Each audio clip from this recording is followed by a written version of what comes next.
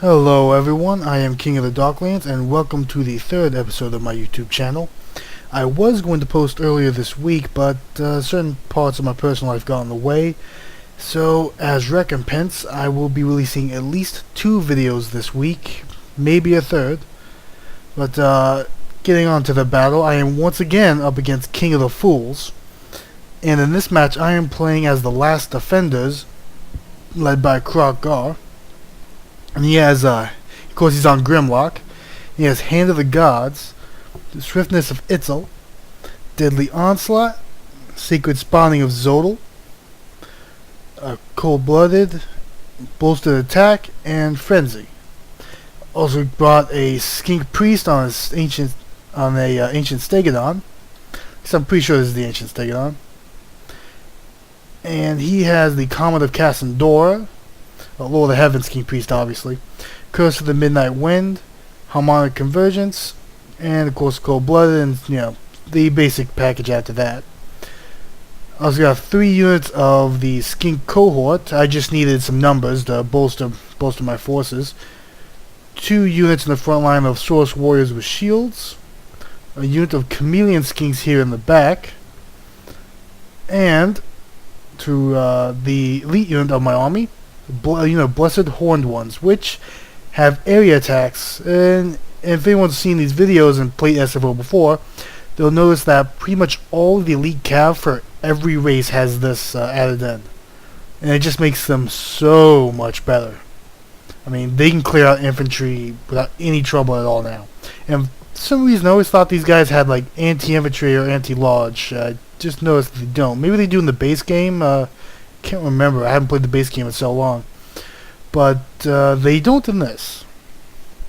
Anyways, King of the Fools is using the High Elves, the Order of Lore Masters to be specific, led by, of course, Teclis. And Teclis has Sword of Teclis, Bound Fiery Convocation, Potion of Shiroi, Regrowth, Flock of Doom, the Enfibling Foe, Flaming Sword of Ruin, Chain Lightning, Net of Amantok, Greater Arcane Conduit, Shield of Safri, Wild Heart, and Kindle Flame. And I think that's it. No, it has Arcane Mastery as well, and Magic Bond. So he really kitted Teclis out for this. We also got 4 units of High Elf Archers in the back, as well as the this unit of Maiden Guard here. That's a SFO specific unit, and a really dang good one at that. 103 leadership right now. I mean, the next to Teclis, so he's buffing it up a bit, but still. And 63 melee attack, 63 melee defense, 55 weapon strength, armor piercing. This unit is just absolutely astounding. Over here, a little bit out of position, we have the Sons of Miflan, who are in the base game as well, of course. And I can't remember exactly how this. I can't remember the stats exactly in the base game, but of course this is SFO, and they're a fair bit stronger here, but they're also much more expensive. Can't remember how much they cost exactly, but they are. But the High Elves roster across the board just got more pricey, but they also got better across the board as well. 60 melee defense will be in the gold shield. These guys are going to take forever to eat through. And he's also got some Swordmasters of Hoeth with this beautiful, the beautiful Order of, was it Order of Lore Masters, I believe it was. This color scheme right here. And with the Dry Rains reskin mod, of course we're playing with SFO and Dry Rains reskin mod like the last 2 videos. The models just look so much better now. And we also have the Keepers of the Flame over here, which have their unit size reduced down to 24. But take a look at that stat line. They have area attacks as well now.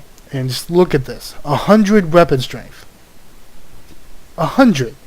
That's insane. And of course they have the standard abilities that they always had. I'm pretty sure they had the Aura of Dread in the base game, didn't they? Someone let me know in the comments if they didn't have that. Like I said, I haven't played the base game in forever. But getting on to the battle now. Oh, I can't believe I forgot. The most important units. had the Bastiodon with the Solar Engine as well, who just absolutely wrecked these Swordmasters. He's going to be doing a lot of work for me this whole game. Here goes the second shot. And that did a lot of damage. Holy crap, that did a lot of damage. How much damage does he have anyways now? He has 649. Yeah, no wonder that I got so many kills. The force about to clash right here.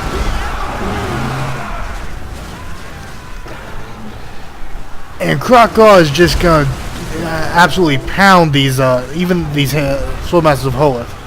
Oh! And right over here, my opponent didn't actually notice I was doing this. But I managed to get a really good Comet of Cassandora off on his archers right here. Completely disintegrated that unit. And they got 12 guys left. These looks like 12. Is that 12? No, 32. Well, okay, so I was off a bit on the numbers, but they're gone either way. Fiery Convocation over here. Went through my lines. It actually did a lot more damage than I thought it did. Krokgar's still wrecking house over there. And over here I've got my Blessed Horned Ones, which, because my opponent's forces are all locked up over here, they have free reign to just do what they want back here. And there's really nothing he can do to stop them right now. So they can just clear out these archers and there's nothing that can stop them. Oh, there goes the Hand of the Gods. It was going for Teclis. Got actually a really good hit on him. Because I'm pretty sure most of that damage is from the Hand of the Gods. But he's popping off a lot of his abilities now. And if I remember right, I believe my opponent casted a Net of Amatox some point during this battle. Let's see. I'll keep an eye out for it. We still got the Bastiodon, the Solar Engine shooting in here. And I got my Chameleon Skinks over here who got caught in melee. I kept trying to get them in a good fighting position, but no matter how many times I tried, they kept kicking bad angles. So they ended up doing a little bit of work, but not that much. I honestly probably could have fought this battle perfectly fine without them. I got some soldiers back there coming back, the Skink cohort. And there's the Nevamatok, which was on my Bastiodon, and I didn't really see a reason for this, because the Bastiodon was just going to sit back here shooting. So this Nevamatok was kind of wasted. And there's another Comet there, which actually ended up landing on my guys.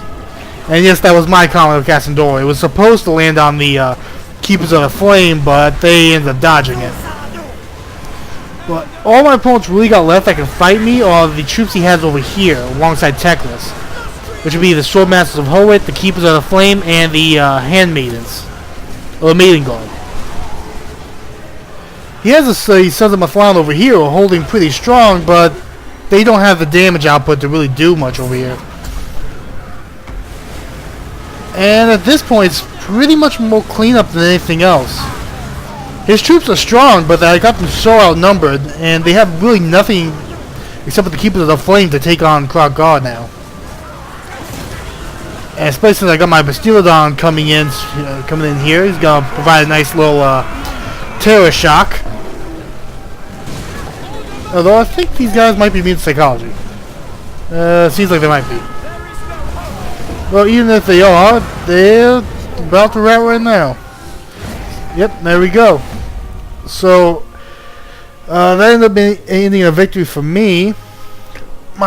Honestly, I think with my opponent's build, I probably would have cut the Keepers of the Flame, the Handmaidens, and the Sons of Mathlan.